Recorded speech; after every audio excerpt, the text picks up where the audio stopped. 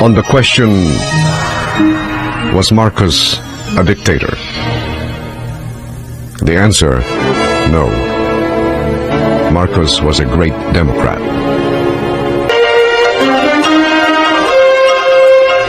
Before, we used to say that being president is to a certain extent about character. We can say that being president of this country is entirely about character.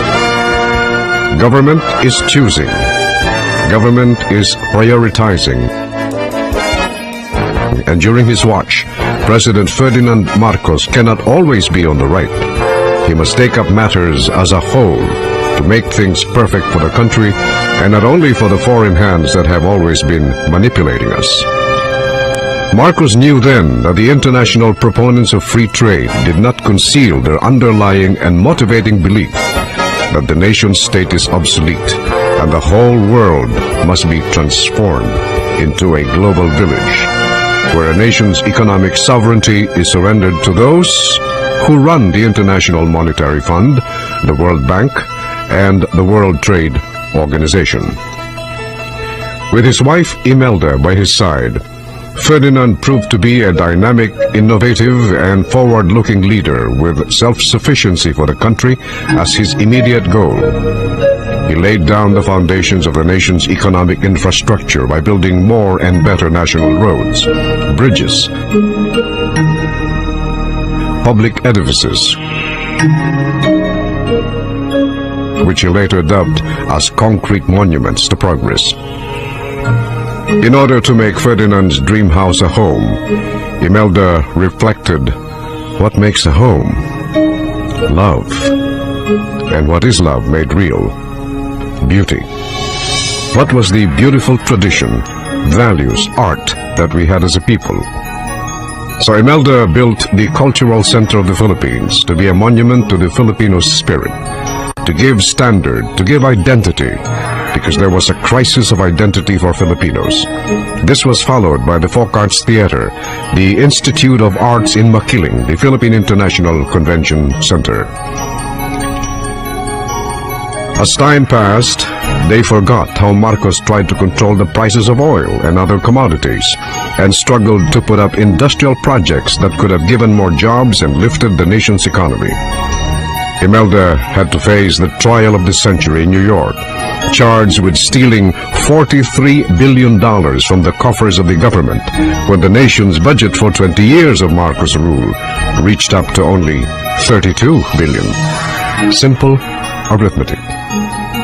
With his meager Ilocano budget, as it were, President Marcos embarked on a massive buildup of roads, bridges, and other infrastructure projects meant for the betterment of the country's economic structure. Sad to say, the succeeding presidents had little to show, despite their huge benefits. A summary of government expenditures from 1966 to 1997. Number 1. President Ferdinand Edralin Marcos, 1965 to 1986, 20 years, $486,273 million. Number 2, President Corazon Aquino, 1986 to 1991, 6 years, $1,077,895 million. Number 3, President Fidel Ramos, 1992 to 1997, 6 years, $2,237,907 million, from the National Statistics Office. On the core of the family, which is the barangay, he made the political system more grassroots and extensive by adopting the barangay system, which enabled the smallest units of the system, to which the core is the family, to participate in the democratic process by making them responsible for administrative and legal functions within their barangay. The barangay leaders and officers were made elective in their respective communities. It was through the barangay where his concept of a participatory democracy found its tangible roots. When the first barangay election was held at a time when the country only had a population of 51 million, 3 million were elected to represent 42,000 barangays. Serving as a co-pillar to the democratic vision of President Marcos was the creation of the Ministry of Human Settlements and entrusted to his wife, the First Lady, Imelda Marcos. As Governor of Metro Manila and Minister of Human Settlements, Mrs. Marcos conceptualized and implemented a program of delivering 11 basic needs to Metro Manila residents. 1. Water. 2. Electricity. 3. Food through agriculture. 4. Clothing through cottage industries. 5. Livelihood or the economic base. 6. Medical services. 7. Education, culture and technology. 8. Ecological balance. 9. Sports and recreation. 10. Shelter, which includes housing and land use. And 11. Mobility, which includes roads. She constructed housing units, known as the Bliss Homes, coupled with livelihood projects. This provided not only low-cost dwelling units but also income for the less fortunate residents. Kadiwa centers and rolling stores selling prime commodities at lower prices were established and mobilized around Metro Manila's impoverished areas. Metro Aid centers were organized that provided employment for some 10,000 Metro Aids who were responsible for the cleanliness and beautification of the metropolis. Hospitals and institutions with specialization in various fields, such as the Heart Center, Kidney Center, Lung Center, the Children's Hospital, among others, were established. The Philippine General Hospital was reconstructed and expanded to extend better and more efficient service to a greater number of our Filipino people. Imelda had done more good for the Filipino people than all the presidents combined, except, of course, President Ferdinand Marcos. On the matter of sovereignty, the RP-US Military Bases Agreement was signed on March 14, 1947. It provided the United States with 99 years lease to more than 20 base sites, covering some 250,000 hectares in 13 provinces. In 1959, the base's area was reduced to 117,075 hectares. President Ferdinand Marcos refused to compromise the nation's sovereignty and territorial integrity in the negotiations for the Military Bases Agreement. Thus, the Serrano-Bolin Memorandum of Lease Agreement from 99 years to 25 years. In 1976, President Marcos further reduced the base's area to 71,000 hectares. President Marcos reduced the lease agreement from 25 years to 5 years and 250,000 hectares to 10,000 hectares coverage. It also reaffirmed Philippine sovereignty over the bases, and President Marcos called it, fittingly, the final liberation of the Philippines. Following the 1983 Military Bases Agreement review, President Ronald Reagan pledged his best efforts to increase security assistance to the Philippines to $900 million for the period 1984 to 1986. $125 million to military assistance grants, $300 million in foreign military sales credits, and $475 million in economic support funds. And now the question arises: who killed Senator Benigno Aquino? This is the question that remains unanswered to this day. Here are the facts. It was Madam Imelda Marcos who facilitated his departure for the United States for that heart operation that he so badly needed. It was Mrs. Marcos who arranged everything so that his flight via Philippine Airlines to the United States was on schedule.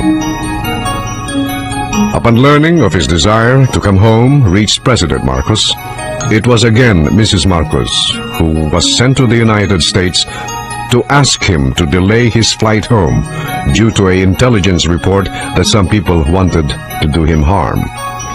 It was Mrs. Marcos who frequently had dialogue with Senator Aquino then during Mrs. Marcos's frequent trips to the United States on official basis. But all these were not. He was being given the wrong information. The biggest lie of all was that President Marcos was dying. All the admonitions for him to delay his trip fell on deaf ears. He insisted on coming home after being fed the erroneous information that Marcos was dying. The rest, as you know, is history. A tragic mistake in judgment on his part. A tragic error that cost him his life. Who killed Ninoy? Let it be enough when we say maybe whoever did him in still walks amongst us. On the question, was Marcos a dictator? The answer, no. Marcos was a great Democrat. A dictator never calls for an election. 16 elections. 1 in November 9 of 1965. 2 November 14 of 1967. 3 November 11 of 1969.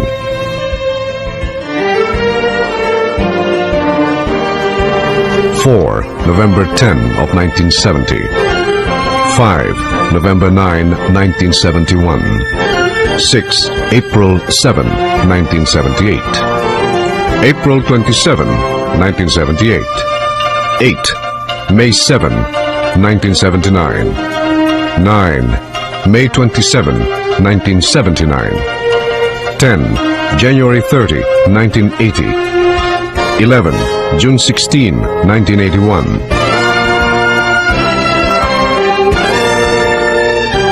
12 May 17, 1982.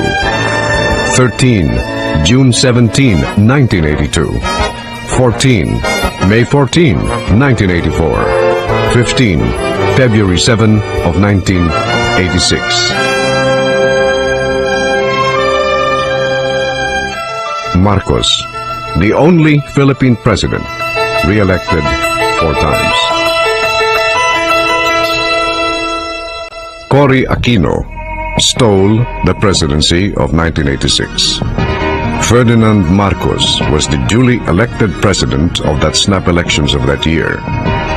The winning margin of President Marcos was more than 1 million votes. Marcos was proclaimed the winner by the Philippine Congress and sworn into office by the Chief Justice of the Supreme Court. By a twist of misfortune, however, 2 of Marcos's trusted lieutenants turned their back against him for reasons of their own and installed instead a bogus candidate, Cory. A revolutionary government was proclaimed. Elected officials of the country were removed. Then the Constitution was changed by a so-called bunch of delegates handpicked by the usurper and company. The rest is a dark chapter in the Philippine political history.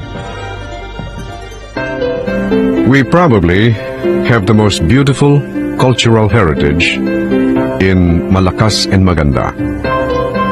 It is a balanced tradition where one must be strong, the other beautiful.